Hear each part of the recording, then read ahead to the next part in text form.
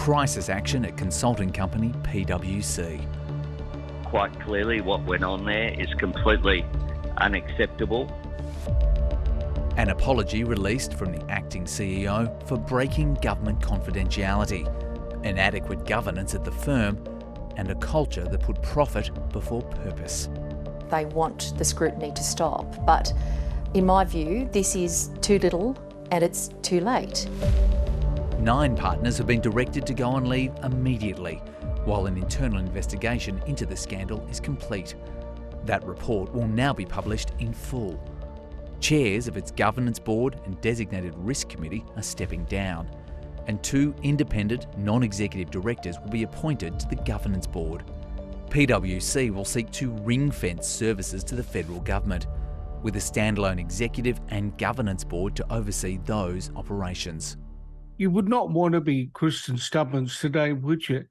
People who seem to be dissatisfied and want nothing short of heads on spikes outside the Barangaroo headquarters of PwC.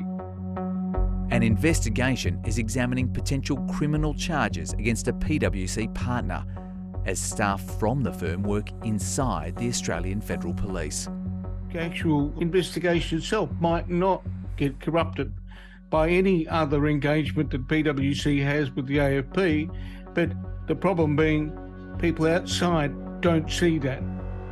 The ABC can reveal PwC is by far the AFP's consulting firm of choice, with 39% of contracts in the past 2 years, worth more than $20 million. Which obviously puts them in a difficult position now that they're investigating the behaviour of a former PwC partner. That partner is former head of international tax, Peter John Collins. In January, he was disqualified by the Tax Practitioners Board for allegedly sharing confidential government briefings about multinational tax avoidance with global staff that was then used to help clients get around the new laws. Do you believe justice can be seen to be done in that situation? Yes, I do.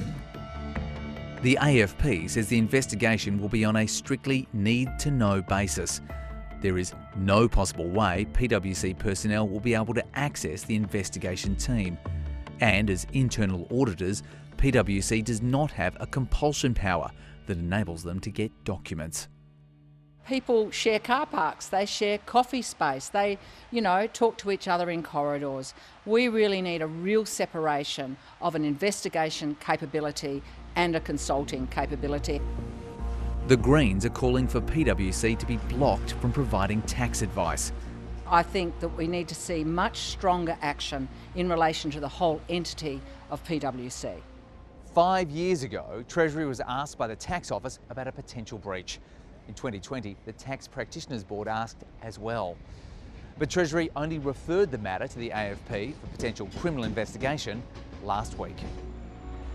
The questions don't stop. Daniel Ziffer there. The former chairman of the ACCC, Alan Fells, wants the immediate re-establishment of the parliamentary inquiry into the regulation of auditing with 3 key areas of reform. First, audit businesses probably shouldn't do consulting and tax advice. They should just do audit. Second, excessive use of these sorts of consultants by governments. And third, if they're being used, proper transparency and accountability. Well, just on your first point there, how difficult is it to split the audit arms from the tax advice operations? It's not technically difficult, it's just politically difficult because they'll resist. They've got some sort of second or third order arguments why the businesses should be kept together, but they're not important arguments. It's far more profitable to combine the activities, but that's against the public interest often. If we can look at the PwC situation, it's a multinational business with operations around the world. What do you expect the impact of this scandal to be in relation to its international business? I think the same issues that I've raised will come up all over the world. Conflicts of interest between trying to do audit, which is really important in a market economy, and combining that with consulting, tax advice and so on, which often puts pressure on the audit function to make compromises. And what about those companies in North America and the UK that allegedly received and benefited from this confidential government information? What impact will this PwC fallout have on them? Look, there may be some impacts on them, particularly because I think the work is part of the much broader OECD-initiated policy of making sure that multinational companies pay tax properly everywhere in the world. But having said that, there are these immediate issues, but we've got to not just think there's a few rotten apples in the barrel, we'll fix them up. There are much more fundamental issues now on the table about the deep conflicts that are inherent in the way the audit firms do these other forms of business. Well, we know the government will continue to need external advice when crafting policy, so how do you get around that? Yes, there are instances where governments do need the external advice. I think they've been overdoing it. They've been weakening their own ability to make policy, but also to the extent they keep going with it, they need to bring in far better protocols regarding integrity, avoiding conflict of interest, setting up incentives that distort the work of the outside firms. For example, they might be doing some work for a government with an eye to picking up a lot of business afterwards from people affected by their recommendations. The AFP is investigating PwC, but do you know why this wasn't referred to the AFP earlier? I think the key reason was that the government, the public service, the ministers should have been aware of the potential problems that would arise. There was a joint committee of the Parliament that was looking into all these things a year or two ago, and these problems were laid out on the table in general. No one took any notice. No one wanted to do anything about it. No one reflected more. So when an actual issue hit the deck, governments and the public service and the police weren't ready.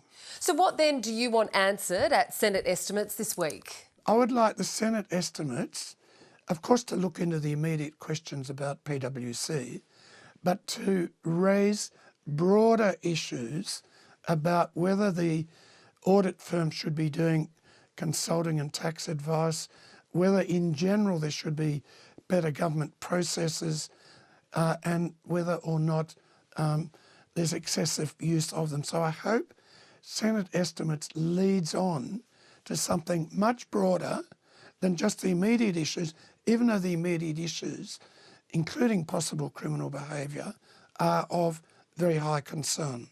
Alan, if you were to cast your eyes forward, say 5 to 10 years, what will the professional services landscape look like? I've always thought that it's just a matter of time, and I now think it will happen within 10 years, that audit functions, audit businesses will be separated from and prohibited from doing consulting and tax advice. Alan Fells, thank you.